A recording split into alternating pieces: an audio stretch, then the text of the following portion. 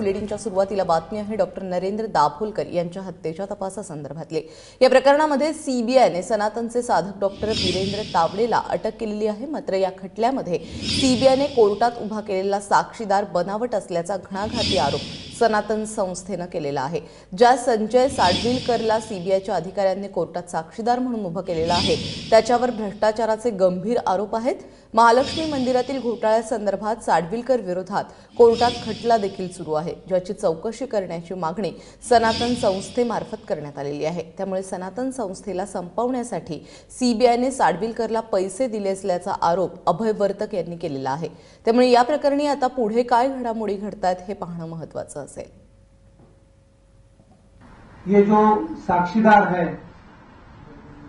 जो सीबीआई ने खड़ा किया है संजय साडविलकर, ये साक्षीदार विटनेस ये पूरी तरह से बोगस है, भ्रष्टाचारी है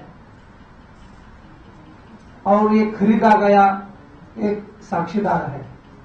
ये साडविलकर इतना भ्रष्टाचारी है कि इसने हमारे हिंदुओं की श्रद्धा स्थान महालक्ष्मी मंदिर, ये हमारे भगवान को भी इसने छोड़ा नहीं है। इसके महालक्ष्मी मंदिर का देवी के लिए जो रथ बनाया गया, इसमें इसने चांदी जो है उसमें इसने भ्रष्टाचार किया है, चांदी भगवान की उसने खाई है। यह साडविलकर ने, ये साक्षीदार ने किससे पैसे लिए और सनातन संस्था को बदनाम करने की ये साजिश रची। कितने पैसे लिए?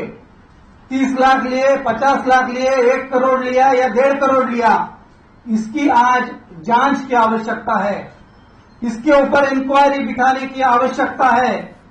यह संस्था को बदनाम करने के लिए, कहानी रचाने के लिए इसने कितने पैसे लिए? आणि या सगळ्या संदर्भात अधिक माहिती देण्यासाठी कोल्हापूरवरून आमचे प्रतिनिधी रणजित माझगावकर आता आपल्याबरोबर आहेत। रणजित, संजय साडविलकर हा कोण आहे ज्याच्याबद्दल सनातनने एवढे मोठे आरोप केलेले आहेत?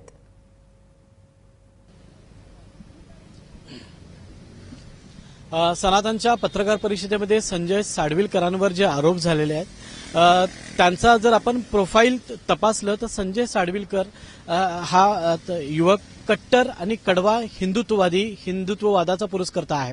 अनेक वर्ष बजरंग दल असेल, हिंदू एकता असेल किंवा अन्य ज्या हिंदुत्ववादी संघटना आहेत या संघटनेमध्ये एक उत्साही कार्यकर्ता होता। बाकीचे नेते नाही आले तरी आक्रमकपणे हिंदुत्ववाद हा विषय घेऊन तो रस्त्यावर उतरत होता आणि अनेक आंदोलनामध्ये तो पुढाकार घ्यायचा। ही त्याची हिंदुत्ववादी अशी ओळख आहे। दुसरी ओळख म्हणजे तो चांदीचा व्यावसायिक आहे, चांदीचा कारखानदार आहे। कोल्हापूरची श्री अंबाबाईचं जे मंदिर आहे या मंदिरात जो रथ आहे चांदीचा साधारण 500 किलो वजनाचा रथ हा संजय साडविलकर यानं तयार केला होता, कारण हा उत्कृष्ट चांदीचा कारागीर आहे।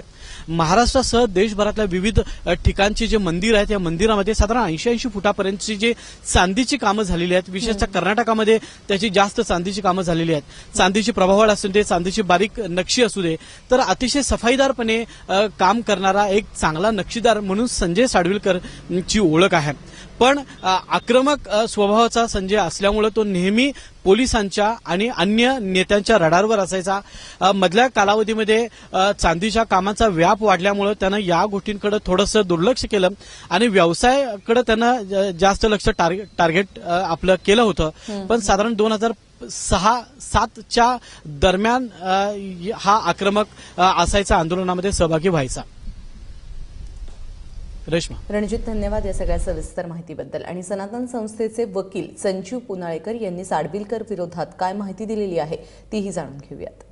जनवरी 2015 में पानसरे की हत्या के पूर्व, पानसरे की हत्या से 1 महीना पहले हिंदू विधिज्ञ परिषद ने मुख्यमंत्री देवेंद्र फडणवीस के पास एक पिटीशन की, जिसमें ये जो संजय साडविलकर है और उसकी जो गैंग है उसके पूरे सबूत हमने दिए।